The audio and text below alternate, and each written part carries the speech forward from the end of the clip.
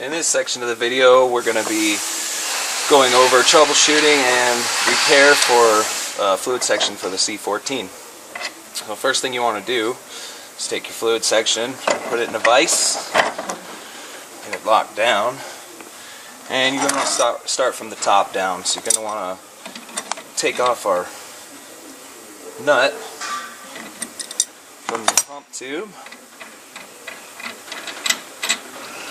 And depending on your problem, you just want to inspect all your parts. Look at the inside of your packing nut, make sure everything's free of debris, there's no damage or anything like that, and just go ahead and set that off to the side.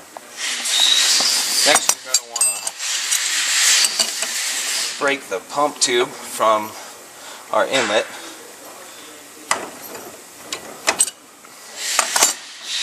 Just unscrew that. Okay. And now you're going to want to push this pump rod through, and it's attached to the guide. Just give it a nice little push and it'll come right out. Here's your guide that seals to your pump rod. This is one of the first things you're going to want to check, depending if you're doing the repair or if you have a problem with a leak or whatever. You want to make sure that this seal's good and intact. There's no damage. You definitely don't want to take any kind of metal objects and scrape or gouge any of this. That could cause a leak. You also want to inspect the fingers inside of the seal. Make sure that none of those are broken, and they could actually come out and scratch your pump rod, which could create a leak. Anyway, I'm going to check that out. Everything looks good on this. Just go ahead and set that to the side. There's now your upper seal. It's still inside of the pump tube. And what you want to do is you definitely don't want to take any kind of hooks or anything such as this to try to break that out, because you could cause damage to the seal. What I like to do is just kind of take the tip of your finger and either press to the right or to the left. You'll hear that little pop, and what that does is just releases it out nice and gently, and there's no damage there. And again, you want to inspect your seal. Inspect those fingers, inspect the inside of the seal where right there to make sure there's no gouges, tears, breaks, anything like that. I'm going to set that to the side. Inside your pump tube is two Teflon O-rings, which create a seal. You want to make sure that they're present for one, and for two, that they are intact and also no damage, so on and so forth. And there's a second one on the bottom, which seals to your guide. Pop that out. Now, if you're having leaks, you just want to make sure that those are there. Make sure that this is intact. That can cause a leak if there's any damage or anything like that. So go ahead and set that off to the side. If you're having problems with creeping and whatnot, you can't get your fluid section to not work properly, there's also a seat and a ball inside of here. Once you can take this apart by releasing your retainer nut, grab an Allen wrench, and also use your pin wrench through the through the pump rod, and just break that nut free.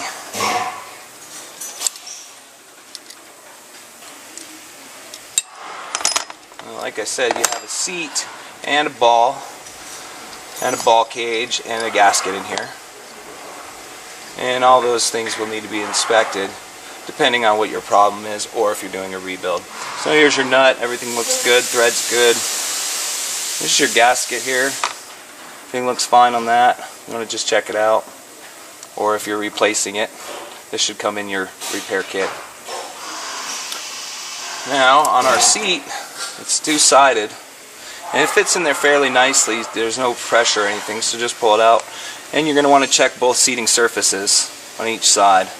These look good. You definitely want to be careful when you are removing that you don't scratch this or damage the seat in any way, which could cause a leak or a creep from your ball not seating properly. And here's your cage and your ball and your pump rod.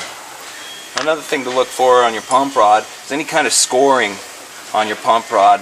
You definitely don't want to be taking any kind of vice grips, channel locks, anything that could gouge or scratch this pump rod or on these surfaces. These surfaces seal, so if you have any kind of gouges or whatnot, it can create damage onto either one of your seals and then create a groove, which you'll lose your material. Okay, at this point we're at our inlet, and there's another ball and seat and Teflon O-ring. Same kind of thing as the pump rod. You just want to pull those out and inspect for any kind of damages, or sometimes there could be built up material which is making your ball and seat not seal properly. Obviously your ball seals to that edge, so if there's any kind of debris or anything like that in there, will definitely create a leak. Okay, now on the build up, so if you're doing a repair, all these things will come in a repair kit, and you just want to start exactly the way you broke it down. Now we'll start from the bottom up. So put your inlet in the vise. First thing I like to do is just once again, kind of fill your seat, check it out, drop it in there, and there's grooves inside your inlet for all your proper parts. Then take your O-ring, inspect it, check it out, and there's another groove for that, and fits right around the outside of your seat. Next, take your ball. Definitely don't forget to put this in when you're building. Your pump will not work if you forget that. Drop that in there. Next, you take your guide. Check it out. There's a ball cage built into this guide, so that just centers right over top of the ball. What I like to do is put my hand on top of it, just give it a little push, and it seats that Teflon O-ring in well. Okay, next, at this point, you rebuild your pump rod. First thing it goes in, drop your ball cage in, and you drop your ball in. You take your seat, inspect it one last time, drop it in there. Sometimes it'll hang up vertically, so you can take this and just take a hook or something small, no real pressure, so you don't make any damage, and just make that drop in there nice and flush and flat. Next, you take your gasket here, drop that in. Same kind of thing, it'll fall in there nicely, but sometimes it can hook on those threads, so you want to make sure it's pressed down nice on top of your seat. Next, take your retainer nut, and you can hand thread it in to where you can't anymore. Take your Allen wrench and get that in there, and go ahead and just make it so it's tight against your hand. Now take your pin wrench, go back through our connection point on the pump rod, just nice and snug like that. You definitely don't want this nut recessed out further than the pump rod, otherwise we won't be able to assemble this properly, and your pump will not work. So now you take this, and it's got a nice chamfered edge here, so you just go and center it on your seal. Just push it on down. Next, you take your pump tube, and I like to start with the bottom. It's your Teflon O-ring. I like to put a little crimp in there. I'll drop this down, you'll see that little edge there, and I drop the point down into one of the edges. And then you push on the opposite side. This makes it so your O-ring stays in nicely when you're working, like so, and it won't fall out.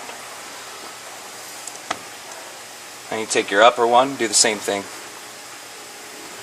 Drop it in, get it in position, and push it in nicely there. Now, go over top of this, and again, being careful of your pump rod, the surface. You don't want to catch the edge or scratch it or damage it. Hand tight it down. Make sure your vise is nice and tight. Grab your crescent.